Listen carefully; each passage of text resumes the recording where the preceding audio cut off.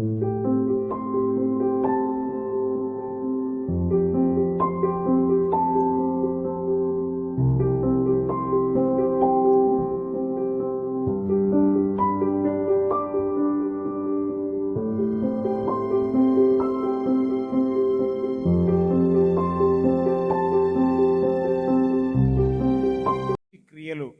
జరిగించాడో, మంచి ప్రవర్తన కలిగి ఉన్నాడో, దేవుని ఆజ్ఞలు విధులు కట్టడలను అనుసరించి దేవుని మన్ననలు పొందుకున్నాడో అటువంటి జీవితము కుమారుడైనటువంటి మనిషే జీవించలేకపోయాడు. కాబట్టి ఇప్పుడు దైవజనులు చెప్పినట్టుగా సామెతలు గురించి చాలా విషయాలు చెప్పారు. ఏం చెప్పి ఎక్కువ ఏంటి కుక్క కాటికి ఏమంట చెప్పు దెబ్బలాగా మనం ఈ లోకములో బ్రతుకుతున్నాము అని అంటే మన జీవితానికి ఏముండాలి? ఒక పరమార్థం అనేది ఉండాలి. హల్లెలూయా. ఏముండాలి? ఒక పరమార్థం, ఒక అర్థం అనేది ఉండాలి. చూడండి, లోకంలో ఒక సామెత ఉంది. ఏంటంటే, చీ నీ బతుకు ఏం బతుకురా, నువ్వు బతుకుతున్నావు, ఆ కుక్క కూడా బతుకుతుంది, దానికి నీకు ఏం తేడా లేదంట. ఇది కూడా సామెతే. చూడండి, బైబిల్ గ్రంథంలో 2 అధ్యాయాలు ఉన్నాయి, పక్కపక్కనే ఉంటాయి. 2 అధ్యాయాల్లో కూడా వాళ్ళ జీవిత చరిత్రలను తెలియజేస్తూ ఉన్నాయి. చూడండి, ఆదికాండము 4వ అధ్యాయం తీయండి. ఆదికాండము 4వ అధ్యాయము, దానిలో ఒక రకమైనటువంటి జీవితాలు ఉన్నాయి. ఆదికాండము 5వ అధ్యాయం అంటే దాని పక్క అధ్యాయంలోనే ఒక రకమైన జీవితాలు మనకు తేట తెల్లముగా తెలియజేయబడుతున్నాయి. ఆదికాండము 4వ అధ్యాయానికి వచ్చేసరికి అక్కడ ఎట్లా ఉంది చూడండి. ఆదికాండము 4వ అధ్యాయంలో ఆదాముకి 2 కుమారులు పుడతారు. ఒక ఆయన కయ్యూను, ఇంకొక ఆయన హేబేలు. హేబేలు ఏ విధముగా దేవుని ఎదుట నడుచుకున్నాడో మనందరికీ కూడా తెలుసు. దేవుడికి ఎటువంటి అర్పణలు అర్పించాడో మనందరికీ తెలుసు. కయ్యూను ఎటువంటి అర్పణ అర్పించి దేవుని సన్నిధి నుంచి పంపివేయబడ్డాడు, అంటే గెంటివేయబడ్డాడు. అంటే కయ్యూను యొక్క అర్పణను దేవుడు అంగీకరించలేదు. దేవునికి ఇష్టం లేదు కయ్యూను అర్పణ. హేబేలు అర్పణను మాత్రమే దేవుడు అంగీకరించినట్లుగా మనం 4వ అధ్యాయంలో చూడవచ్చు. అయితే దేవునికి ఇష్టమైనటువంటి జీవితం జీవించలేకపోయాడు. దేవునికి ఇష్టమైన అర్పణను, దేవుడికి ఏదైతే అర్పించాలి అని దేవుడు నిర్దేశించాడో అటువంటి అర్పణను కయ్యూను అర్పించలేకపోయాడు. అయితే తద్వారా అక్కడ ఏం జరిగింది చూడండి. చివరికి ఏం చేశాడు కయ్యూను? తన తమ్ముడైనటువంటి హేబేలుని చంపాడు. తనలో ఒక అసూయ బయలుదేరింది. తనలో ఒక కక్ష అనేది మనసులో నింపుకున్నాడు. దేవుడు నన్ను తృణీకరించాడు, నా తమ్ముడిని ఇష్టపడ్డాడు అని మనసులో కక్ష పెట్టుకొని ఏం చేశాడు కయ్యూను? తన తమ్ముడిని చంపేశాడు. అప్పుడు దేవుడు ఏమంటున్నాడు చూడండి. ఒక్కసారి 4వ అధ్యాయంలో మనం గమనించినట్లయితే 10వ వచనం, నీవు చేసిన పని ఏమిటి? కయ్యూనుతో దేవుడు మాట్లాడుతున్నాడు. నీ తమ్ముని రక్తము యొక్క స్వరము నేలలో నుండి నాకు మొరపెట్టుచున్నది, కావున నీ తమ్ముని రక్తమును నీ చేతిలో నుండి పుచ్చుకున్నటకు నోరు తెరిచిన ఈ నేల మీద ఉండకుండా నీవు శపించబడినటువంటి వాడవు. చూడండి, బైబిల్ గ్రంథంలో మొట్టమొదటిగా శాపానికి గురి అయినటువంటి వ్యక్తి ఎవరండి? కయ్యూనా, హేబేలా? కొంచెం దారిలోకి వచ్చావు, చెప్పు కరెక్టే. ఆదాముని దేవుడు శపించాడు, అవ్వని శపించాడు, అలాగే సర్పాన్ని, అపవాదిని కూడా శపించాడు. ఇప్పుడు ఈయన ఎవరండి? ఈయన 4వ వ్యక్తి శపించబడినటువంటి వారిలో. కయ్యూను కూడా దేవుని చేత శపించబడినటువంటి వాడిగా అయిపోయి దేశదిమ్మరిగా తిరుగుతూ ఉన్నాడు. చూడండి, ఆదాముకి ఏదైతే శాపాన్ని ఇచ్చాడో అదే శాపం ఇక్కడ తగ్గుతుందండి. 12వ వచనం చూడండి. నీవు నేలను సేద్యం చేసేటప్పుడు, అంటే భూమిని దున్ని నువ్వు విత్తనాలు వేసి నువ్వు పంట పండించాలనుకున్నప్పుడు అది ఇక మీదట మొక్కలు మొలవదు.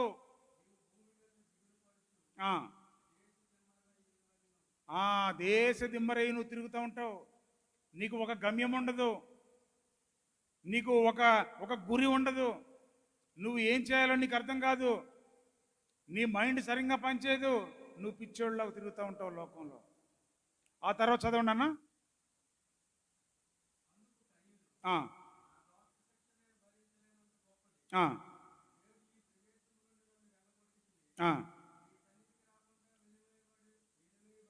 ఆ రోజు ఎవరిని వెళ్ళగొట్టాడండి దేవుడు? ఏదేని తోటలో నుంచి అవ్వని ఆదాముని వెళ్ళగొట్టేశాడు. ఆదాము, నువ్వు చాలా తప్పు చేశావు, నీ గురించి ఈ నేలను కూడా శపిస్తున్నాను. నువ్వు ఒకవేళ ఈ నేలపైన విత్తనాలు వేసి ఏదో చేద్దాం, ఏదో పండించాలని నువ్వు చూస్తున్నావేమో, ఈ నేల కూడా ఏమైపోయిందండి? శపించబడింది. ఇంతకుముందు నువ్వు ఏ పండు అంటే ఆ పండు తినేవాడు. పైనాపిల్ తినేవాడివి, మరి పాస్టర్ గారి చెట్టువి మామిడికాయలు తినేవాడివి, అన్నీ తినేవాడివి. అంటే నువ్వు కష్టపడకుండానే అన్నీ అనుభవిస్తున్నావు. కానీ నేను చేయొద్దన్న పని నువ్వు చేసావు కాబట్టి నువ్వు శపించబడ్డావు, నీ భార్య శపించబడింది. అలాగే నువ్వు దేనినైతే నమ్ముకున్నావు, నువ్వు నేలను నమ్ముకుని నువ్వు సేద్యం చేయాలని చూస్తున్నావు, అది కూడా శపించబడింది. అప్పుడు దేవుడు అంటాడు, నువ్వు కష్టపడి పనిచేయాలి, నీ ముఖం మీద చెమట రావాలి. చూడండి, మనం కష్టపడితే ఫస్ట్ ఎక్కడ వస్తుందండి చెమట? మనందరికీ తెలుసు కదా, ఈ ఎండలకాలం ఎలాగ ఉంటుంది, రేకుల కింద ఫస్ట్ కనబడేది ముఖం మీద చెమట. అది దేవుడు చెప్పిన మాట. ఇది తర్వాత వేరే వేరే అవయవాల్లో చెమటలు వస్తాయి, ముందైతే ముఖం మీద చెమట వస్తుంది. చూడండి, ఇక్కడ కయ్యూనుని ఆ రోజు ఏదేని తోట నుండి దేవుడు వెళ్ళగొట్టాడు ఆదాము వల్ని. ఇక్కడ కయ్యూనుని దేశ బహిష్కరణ చేశాడు. నువ్వు ఈ దేశంలో ఉండడానికి వీల్లేదు, వెళ్ళిపో వేరే దగ్గరికి. ఇక్కడికి అంటే ఈ ప్రజల మధ్యన ఉండడానికి వీల్లేదు. చూడండి, అక్కడి నుంచి వెళ్ళిపోయినటువంటి కయ్యను వెలివేయబడి 14వ వచనంలో ఉంది కదా, వెలివేయబడి దిగులు పడచ్చు భూమి మీద దేశ దిమ్మరివై, కావున నన్ను కనుగొన్నవాడెవడో వాడు నన్ను చంపునని యెహోవాతో అనెను. అందుకు యెహోవా అతనితో, కాబట్టి ఎవడైనాను కయ్యూనుని చంపిన వాడికి ప్రతిదండనము 7 అంతలు కలుగునను. మరి ఎవడైనాను కయ్యూనుని కనుగొని అతను చంపక ఉండునట్లు యెహోవా అతనికి ఒక గుర్తు వేసెను. ఆయన మీద ఒక స్టాంప్ వేశాడు. ఏమనంటే, మీరెవరు కూడా వీడి జోలికి మీరు పోవద్దు. వాడు ఒకవేళ మీకు కనబడినా సరే మీరు దూరంగానే ఉండాలి, కానీ వాడితో మీరు సాంగత్యం చేయడానికి వీళ్ళు లేదు. వాడు బహు దుర్మార్గుడు, వాడు శపించబడినటువంటి వాడు. హల్లెలూయా, హల్లెలూయా. అందుకే ప్రజలకు ఆయనను దూరంగా పెట్టాడండి, ఎందుకంటే అతను శపించబడినటువంటి వాడు. అయితే ఈ కయ్యూను అక్కడి నుంచి బయలుదేరి ఎక్కడికి వెళ్ళాడు చూడండి, 16వ వచనం. అప్పుడు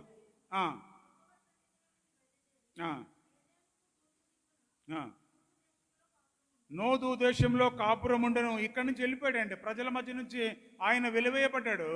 అక్కడి నుంచి నోదు దేశానికి వెళ్ళిపోయాడు. ఈ నోదు దేశం ఎక్కడ ఉంది? ఏదేను తోటకు తూర్పు దిక్కున ఇది ఉంది. అయితే అక్కడ ఉన్నటువంటి సమయంలో కొన్ని విషయాలు జరుగుతూ ఉంటాయి. అది చూడండి, మనం గమనిస్తే 17వ వచనంలో కయ్యూను తన భార్యను కూడినప్పుడు ఆమె గర్భవతి హానోకును కొనెను. అయితే దేవునితో నడిచినటువంటి హానోకు వేరే, ఈ హానోకు వేరండి. ఇద్దరు ఒకటనుకుని మనం భ్రమపడతాం, కానీ ఈ హానోకు వేరే, దేవునితో నడిచినటువంటి హానోకు ఆయన వేరే. అయితే అప్పుడు అతడు ఒక ఊరు కట్టించి ఆ ఊరికి తన కుమారుని పేరు, అంటే హానోకు అని పేరు పెట్టాడు ఆ ఊరికి. అయితే ఆ రోజుల్లోనే పెద్ద పెద్ద పట్టణాలు కట్టారండి. ఇప్పుడు మనం ఉంటున్నటువంటి ఈ హైదరాబాద్ సిటీ ఉంది, ఇది ఒకప్పుడు ఈ 18వ శతాబ్దంలోనో 19వ శతాబ్దంలోనో ఒక చిన్న గ్రామం ఇది ఈ హైదరాబాద్. రాను రాను ఎట్లయిపోయింది, పెద్ద మహానగరం, గ్రేటర్ హైదరాబాద్లా మారిపోయింది. ఈ గ్రేటర్ హైదరాబాద్ అప్పుడే ఉందండి. ఈ కయ్యూను దినములలోనే ఒక పెద్ద ఊరు కట్టించాడంట. ఎవరు? ఈ కయ్యూనుకి పుట్టినటువంటి ఈ హానోకు అని పేరు పెట్టాడు ఆ ఊరికి. ఈ కయ్యూను కట్టినటువంటి ఊరికి హానోకు అని పేరు పెట్టాడు. పేరు పెట్టిన తర్వాత హానోకుకి ఎవరు పుట్టారు? ఈరాదు పుట్టెను. ఈరాదు మహలేలు కన్ను, మహలేలు మతుషాయిలను కనను, మతుషాయిలు లెమెకును కనెను. ఈ లెమెకు ఏం చేశాడు? 2 స్త్రీలను పెండ్లి చేసుకున్నాడు. అయితే ఈ లెమెకు ఎక్కడి నుంచి వచ్చినటువంటి వాడు? కయ్యూను సంతానం నుండి వచ్చినటువంటి వాడు. కయ్యూను ఏం చేశాడు? ఒక పెద్ద ఊరు కట్టించాడు. అంటే దీనిని బట్టి మనం ఏం అర్థం చేసుకుంటే, ఈ రియల్ ఎస్టేట్ అన్నది ఆ రోజుల్లోనే ఉందా లేదా? ఆ రోజుల్లోనే రియల్ ఎస్టేట్ ఉంది. పెద్ద ఊరు కట్టించాడు, పెద్ద భవంతులు కట్టించాడు, ఎన్నో గొప్ప గొప్ప ఇల్లులు కట్టించాడు. మరి ఈ రోజుల్లో ఉందా రియల్ ఎస్టేట్ అంటే? ఈ రోజుల్లో కూడా చాలా శరవేగంగా ఉంది. ఎక్కడ డెవలప్మెంట్ అవుతుందంటే అక్కడ రియల్ ఎస్టేట్ ఉంటుంది. ఇప్పుడు ప్రభుత్వాలు మారిపోయాయి, చంద్రబాబు నాయుడు గారు వచ్చారు. ఇప్పుడు ఈ రియల్ ఎస్టేట్ వాళ్ళందరూ కూడా మొన్నటి వరకు వైజాగ్లో ఉండేవారు. ఈ రియల్ ఎస్టేట్ వాళ్ళందరూ ఇప్పుడు ఎక్కడికి వచ్చారు? అమరావతికి వచ్చారు, విజయవాడ ప్రాంతానికి వచ్చేసారు. అంటే అక్కడ ఏమీ లేదు, అంతా ఉట్టిదే అని తెలిసిపోయింది. ఇప్పుడు ఈ రియల్ ఎస్టేట్ అందరూ కూడా ఇప్పుడు విజయవాడలో ఉన్నారు. ఇప్పుడు దీన్ని డెవలప్ చేయాలి, దీని చుట్టుపక్కల ప్రాంతాలు డెవలప్ చేయాలి. రియల్ ఎస్టేట్ ఆ రోజుల్లోనే ఉంది ప్రియులారా. అయితే ఈ మనోడు ఒకరిని సరిపోదన్నట్టుగా 2 పెళ్లి చేసుకున్నాడు లెమెకు. అయితే చదవండి 20వ వచనం. లెమెకు భార్యకి ఎంతమంది పుట్టారంట? ఒకడు యాబాలు, మరొకడు యూబాలు. ఇద్దరిని కన్నాడు. ఇద్దరిని కన్న తర్వాత అయితే ఈ ఇద్దరిలో ఒక ఆయన ఏం చేసేవాడు? యాబాలు పశువులు గలవాడై గుడారములలో నివసించే వారికి మూల పురుషుడు. అయితే ఆ రోజుల్లో పశు సంపద ఎక్కువ ఉండేదండి. ఏముండేది? పశు సంపద ఎక్కువ ఉండేది. చూడండి, ఇంతకుముందు మన ముఖ్యమంత్రి కేసీఆర్ గారు కూడా పశు సంపదని బాగా ప్రోత్సహించాడు. గొర్రెలు ఉన్న వాళ్ళకి ఇంకొన్ని గొర్రెలు ఇచ్చాడు, ఎడ్లు ఉన్న వాళ్ళకి ఇంకొన్ని ఎడ్లు ఇచ్చాడు, ఆవులు ఉన్న వాళ్ళకి ఆవులు ఇచ్చాడు, గేదెలు ఉన్న వాళ్ళకి గేదెలు ఇచ్చాడు. అన్ని రకాలుగా మరి పశువులతోనే మన సంపదను డెవలప్ చేసుకోవాలని గొర్రెలు, మేకలు, ఆవులు, ఎడ్లు, గేదెలు ఇలాగ అన్ని రకాలుగా ప్రోత్సహిస్తూ వచ్చారు. మంచిదే ఇది. అయితే ఆ రోజుల్లో పశు సంపద ఉండేది, ఈ రోజుల్లో కూడా ఈ పశు సంపద ఉంది. అయితే మరి రెండోవాడు ఏం చేసేవాడు? మొదటివాడు యాబాలు, రెండోవాడు యూబాలు ఏం చేసేవాడు? ఇతని పని ఏంటి? ఇతను మ్యూజిక్ ఇన్స్ట్రుమెంట్స్ మీద పడ్డాడు. దేని మీద పడ్డాడు? మ్యూజిక్ ఇన్స్ట్రుమెంట్స్ మీద పడ్డాడు. ఎవరు? యూబాలు. సితారా, సానిక, గిటారు, ప్యాడ్ ఇక అన్నింటినీ కూడా మ్యూజిక్ ఇన్స్ట్రుమెంట్స్ అన్నీ కూడా వచ్చేసాయి. అంటే ఒక విధంగా చెప్పాలంటే ఆ రోజుల్లో డీజే ఉంది, ఈ రోజుల్లో కూడా డీజే ఉంది. అయితే వీళ్ళ జీవితాలు అన్నీ కూడా లోకానుసారంగానే ఉన్నాయండి. ఈ లెమెకు సంతానం నుంచి ఎంతమంది అయితే వచ్చారో వీళ్ళ జీవితాలు అన్నీ కూడా లోక సంబంధమైన జీవితాలే ఉన్నాయి వీళ్ళవి. అయితే చివరిలో మనం గమనిస్తే చివరి 4వ అధ్యాయం చివరికి వచ్చేసరికి చూడండి 25వ అధ్యాయంలో ఒక మాట ఉంటుంది.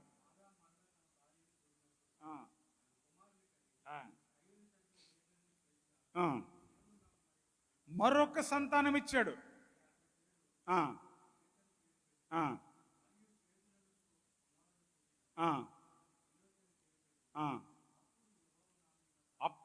అప్పటి నుంచి యెహోవా నామమున ప్రార్థన చేయడం మొదలైంది.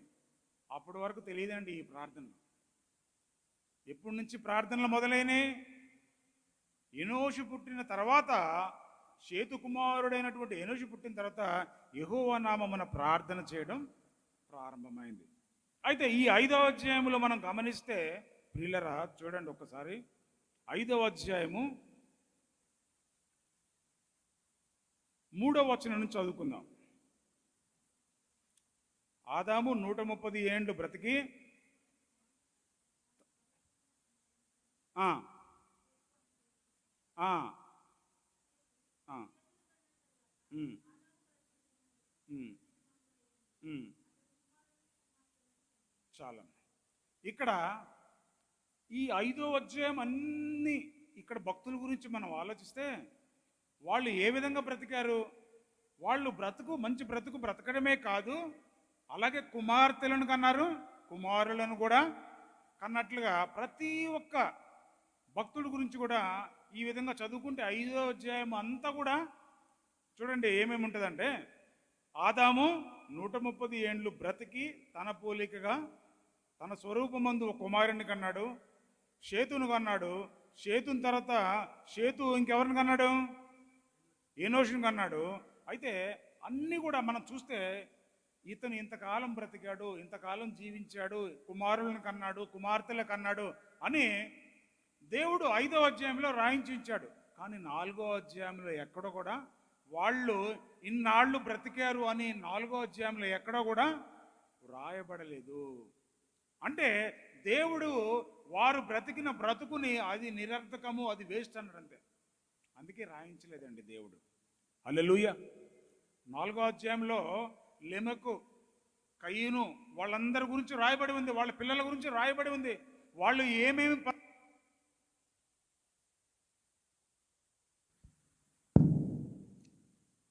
ఏమేమి పనులు చేశారో అవన్నీ కూడా వాళ్ళు చేసే పనులు, వృత్తులు అన్నీ రాయబడ్డాయి. మళ్ళీ డీజే గురించి రాయబడి ఉంది, రియల్ ఎస్టేట్ గురించి రాయబడి ఉంది. అన్ని రంగాల్లో వాళ్ళు ఆరితేరి ఉన్నారు. కానీ దేవుని యందు భయభక్తులు వారికి లేవు. వాళ్ళ బ్రతికిన బ్రతుకు అనవసరము అని దేవుడు 4వ అధ్యాయంలో వాళ్ళ గురించి కానీ, వాళ్ళ కుమార్తెల జీవితాల గురించి కానీ, కుమారుల జీవితాల గురించి ఎక్కడా కూడా పొందుపరచలేదు. కానీ 5వ అధ్యాయంలో దేవుడు మరి క్లియర్గా వారి కుమార్తెలు, కుమారులు వాళ్ళు ఎన్ని సంవత్సరాలు ఈ లోకంలో జీవించారో ఆ జీవించిన సంవత్సరాలను కూడా దేవుడు 5వ అధ్యాయంలో పొందుపరిచాడండి. అదే అండి వాళ్ళు బ్రతికిన బ్రతుకు, ఆ బ్రతుకుకి కొంత విలువను తీసుకొచ్చారు వాళ్ళు. హల్లెలూయా. అయితే ఇంకా చదువుకుంటూ పోతే చివరి వరకు హానోకు చూడండి 22వ అధ్యాయము. హానోకు మెతుషెలను కనిన తర్వాత 300 ఏండ్లు దేవునితో నడుచుచు కుమార్తెలను కుమారులను కనెను. ఇలాగా కుమార్తెలను కుమారులను కన్నారు. చివరికి వారు ఇన్ని సంవత్సరాల ప్రాయంలో మరణించారు అని దేవుడు తన భక్తుల గురించి వ్రాయించాడు. 5వ అధ్యాయంలో ఉన్న వాళ్ళందరూ కూడా దేవునికి ఇష్టలైనటువంటి వారు, దేవుని భక్తులైనండి వాళ్ళందరూ కూడా. అందుకనే వాళ్ళ జీవితాలు, వాళ్ళు జీవించిన సంవత్సరాలు 5వ అధ్యాయంలో దేవుడు పొందుపరిచాడు ప్రియులారా.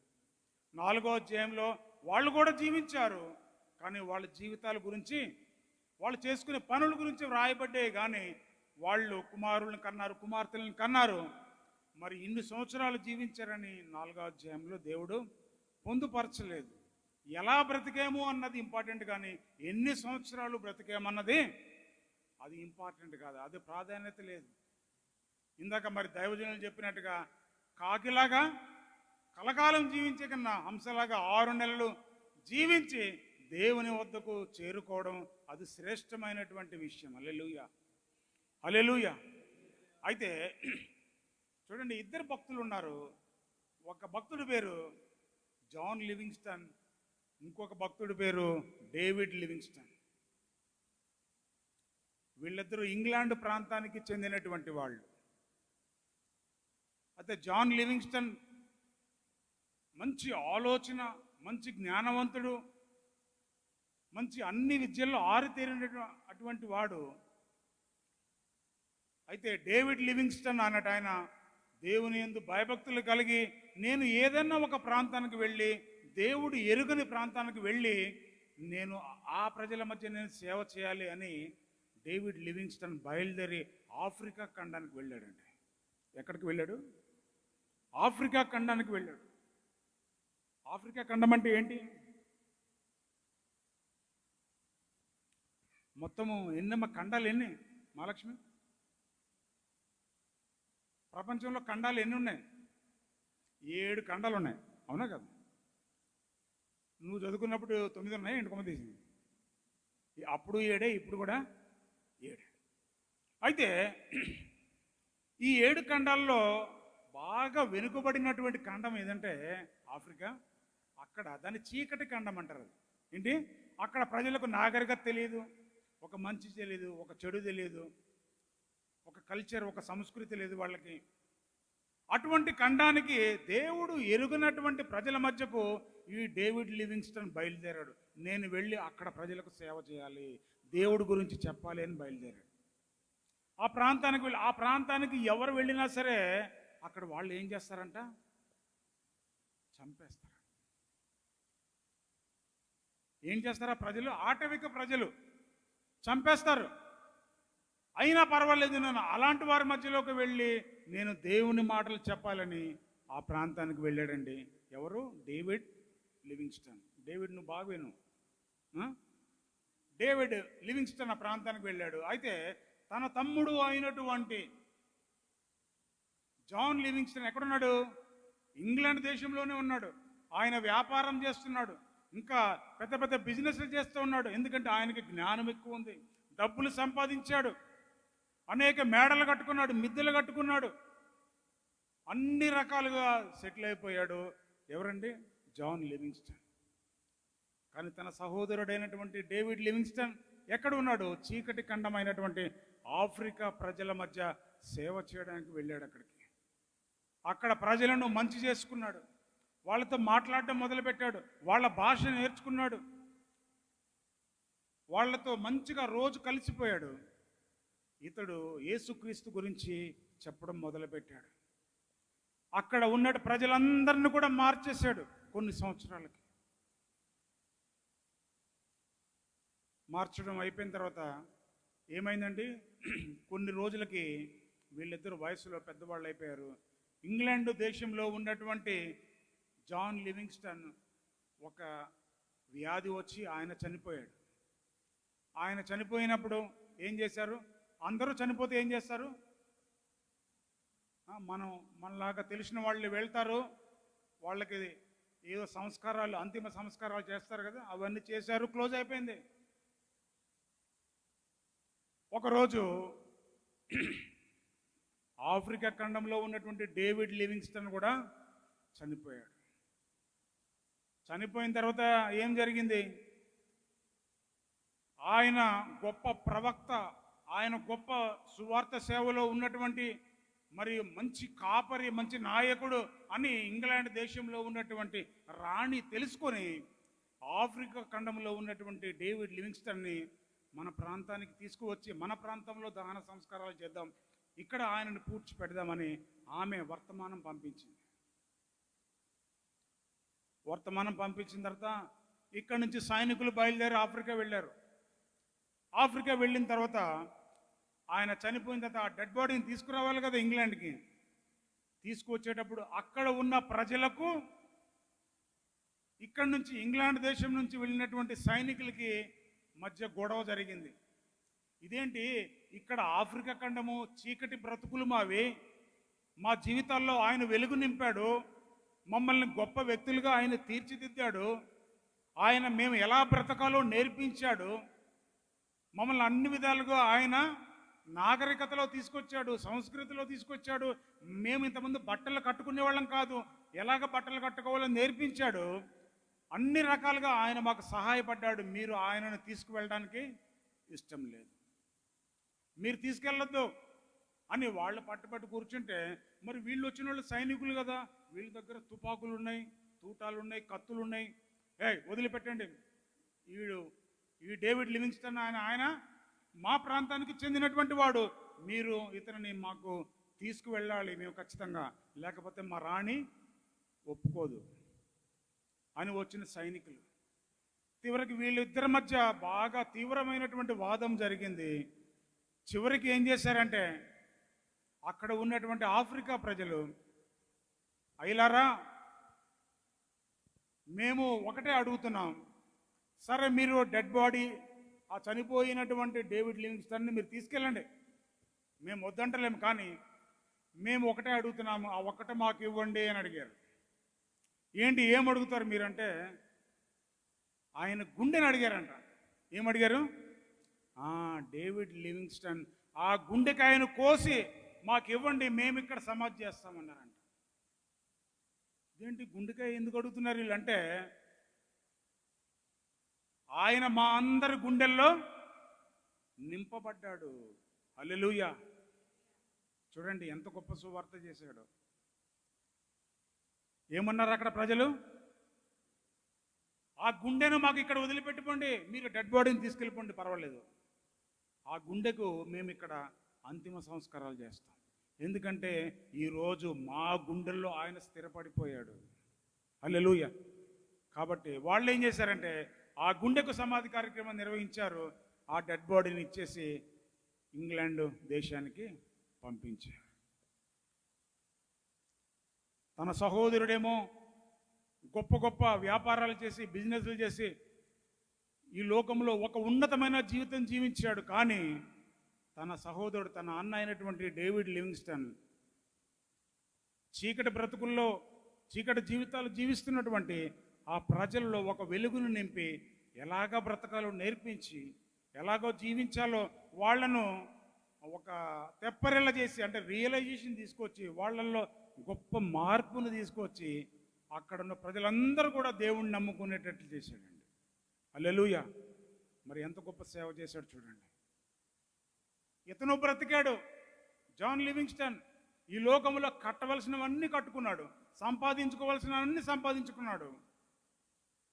కానీ చివరికి ఎక్కడికి వెళ్ళిపోయాడండి? ఒకరోజు